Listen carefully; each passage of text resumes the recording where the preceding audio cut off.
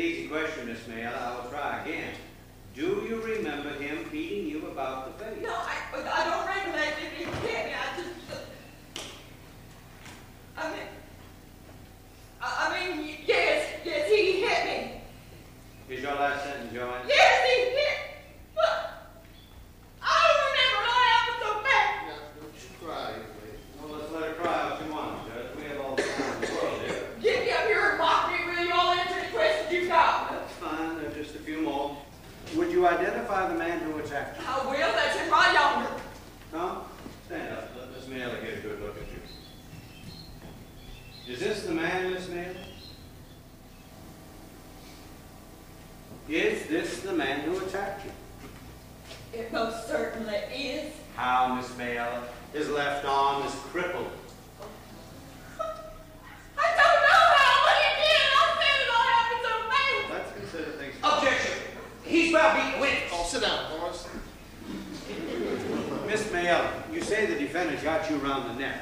You did not say that he sneaked up behind you and knocked you cold. Do you wish to reconsider any of your testimony? You want me to say something that didn't happen? Oh, no, ma'am, no. I want you to say something that did happen. I already told you. He hit you. He blackened your right eye with his right fist. I ducked it. And it glanced. That's what it did. I ducked it and it glanced off.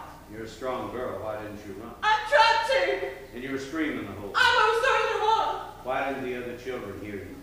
Where were they? Why didn't your screams cause the other children to come running? Or didn't you scream until you saw your father in that window? You didn't scream till then, did you? You were screaming at your father instead of Tom Robinson. Oh, Miss Mayella. Who beat you up, Tom Robinson or your father? What did your father really see when he looked in that window that night? Oh, child, why don't you tell the truth? Didn't Bob Ewell beat you up? I've got something to say. Are you going to tell us what happened? I've got something to say, and I ain't going to say no more. Now that nigga yonder took advantage of me.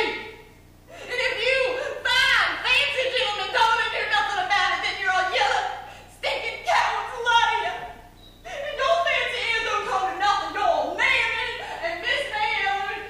It don't come to nothing, Mr. Feet.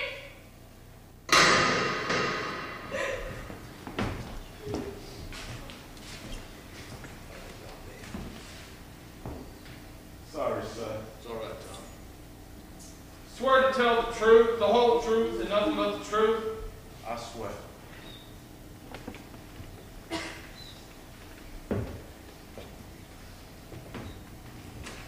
You're Tom Robinson. You're 25 years of age, married with 3 children. You've been in trouble with the law once before, a 30-day sentence for disorderly conduct. What did that consist of, Tom? Guy looked back with another man. He tried to cut me, but it wasn't much, not enough to cut. And you were both convicted? I had to sit up because I couldn't pay the fine. The other fella paid me. Tom, were you acquainted with Mayor Bartholomew? Yes, I had to pass a place going to and from the fields every day. Whose field? I worked for Mr. Lake Dees. So you passed the Ewell place on your way to work every day. Is there any other way to go, Tom? No, sir, none to know. And did she talk to you? Yes, sir, I tip my hat when I go by. And one day she called me inside the fence to bust up a shiffer road. Now, when was this that she asked you to chop up this shiffer road? Mr. Finch, it was way last spring. After I'd done it, she said, I guess I'll have to give you a nickel, won't I? I said, no, ma'am, there ain't no charge. Then I went home. That was way over a year ago. So did you ever go on the place again? Yes, sir. When? I went lots of times. Under what circumstances? Why did you go inside the fence lots of times? She called me in. Seemed like every time I passed by yonder, she'd have something for me to do. Chopping kindling, toting water for her. Were you paid for your services? No, sir. Not after the first time she offered me a nickel, but I was glad to do it. Mr. Ewell didn't seem to help her none. Neither did the children, and I know she ain't have no nickels to spare. Where were the other children? They were always around, all over the place. Would May Ellis speak to you? Yes, sir, she'd speak to me. Tom, Did you ever at any time go on the Ewell property? Did you ever set foot on the Ewell property without an express invitation from one of them? No, sir, Mr. Finch, I never did. I wouldn't do that, sir. Tom, what happened to you on the evening of November 21st?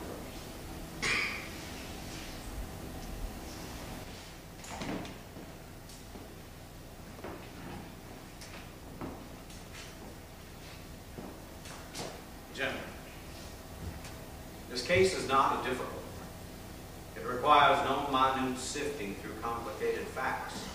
This case is as simple as black and white. The state has not produced one iota of evidence to indicate that the crime Tom Robinson is charged with ever took place.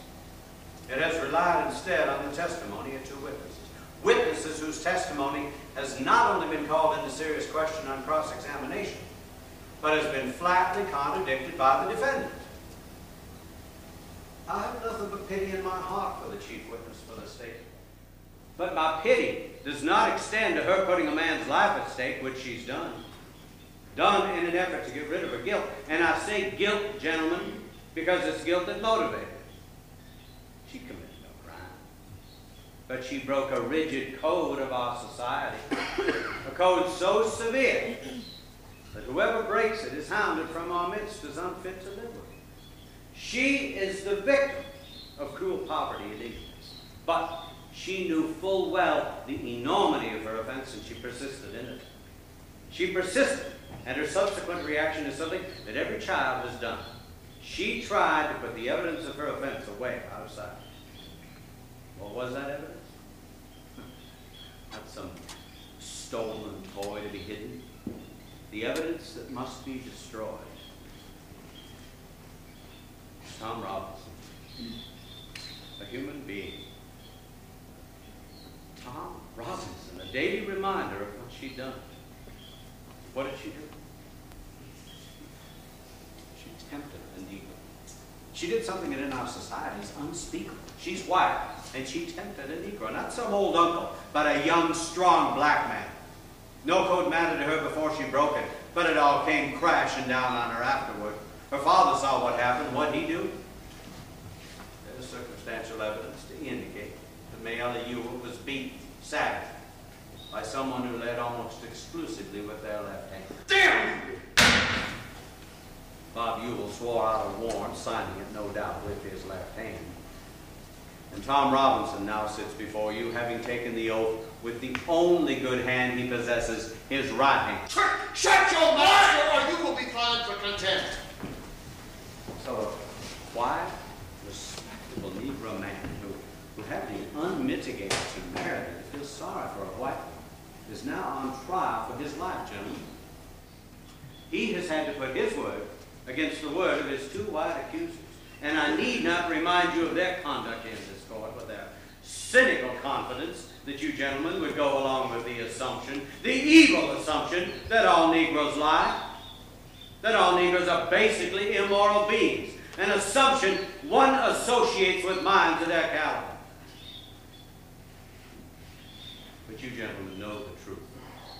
And the truth is, some Negroes lie. And some Negro men cannot be trusted around women, black or white, and so with some white men. It's the truth for the entire human race, gentlemen, and for no particular race.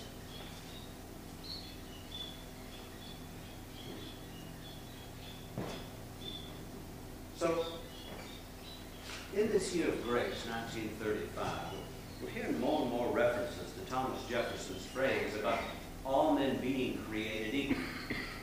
But we know that all men are not created equal, and that some are smarter than others. Some have more opportunity being born with it. Some men make more money. Some ladies make better cakes. And some are born gifted beyond the normal scope. But there is one way where all men are created equal. One human institution. For the pauper is the equal of the rotten. For the stupid man is the equal of the Einstein. And that, gentlemen, is a court of law. For in our courts, all men are created equal.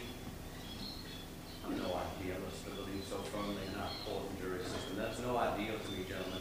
That is a living, working reality. Court is only as strong as its jury. And a jury only as strong as the men who make it up. So I trust that you gentlemen will review without passion the evidence that you've heard. Come to a decision. And restore this defendant, his family.